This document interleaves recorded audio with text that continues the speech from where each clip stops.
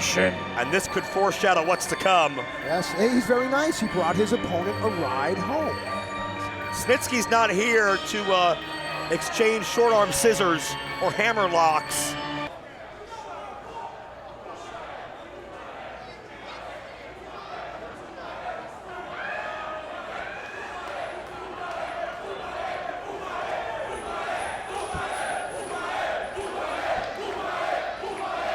I love it. There's a blackout for the champion.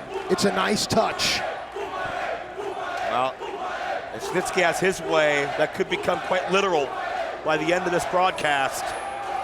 Mr. Thomas J. Bougie. Making his way to the ring this time from Atlanta, Georgia, and weighing 240 pounds, representing the Bullet Fight Club. He is your world heavyweight champion, Alex Kane. If Kane gets that close, I feel he's going to be overpowered, overwhelmed. And now we have a match. With the momentum of Bumaye has willed Kane to do things previously thought impossible. Tapping out Hammerstone, ending his legendary title reign.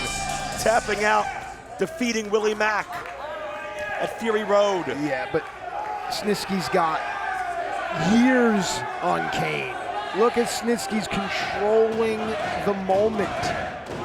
He's gonna wait for this Bumaye Michigas to die down.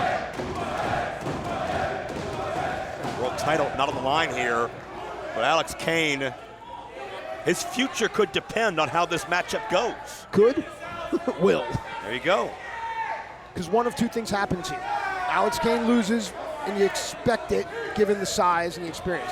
Or Alex Kane wins, and the entire wrestling world is talking about Alex Kane. Matt, look at the size differential. And Kane I know it. is built like a brick, you know what. I've known Gene for a long time. But Snisky's a big boy. Kane is dwarfed by Snisky. Once a part of the Twin Tackles. This guy's a Hall of Famer in 2 different sports. Kane got pie-faced. Wait a minute, no way. Oh. No. Oh boy, that answers your question. Big man's off his feet, but he's right back my up. God. Waits for the kid to turn around. Kane may be quicker. Snisky got the back elbow. Countered Alex Kane. Kane was building momentum, looking for suplex number 2. Oh. Snisky misses the charge, and Alex Whoa. Kane snaps off the suplex. Gene's so tall, Snisky's so tall, the turnbuckle hit Snisky right underneath the belly button, forced him out to the middle of the ring where Kane was able to use the momentum to suplex the big man. And that height might be working against Snisky Great because point. Kane can get his hips underneath Snisky's to snap off the suplex with enough momentum. Great observation. But it's up to Kane to get close enough to snap off one of those suplexes without falling Again, into giving Snisky's up the clutches. back. A third suplex, German release. So right now it seems the strategy for Kane is to strike. It forces Snisky to react, gives up the back, Kane takes advantage. And there you see, we're keeping tabs at ringside. You know the Don King camp is watching on. They put a lot of money into Kane. This match is just getting started. You don't want to miss a minute of this. Stay with us. Drops the elbow. Snisky's almost approaching this with a laissez-faire attitude. 2 count only.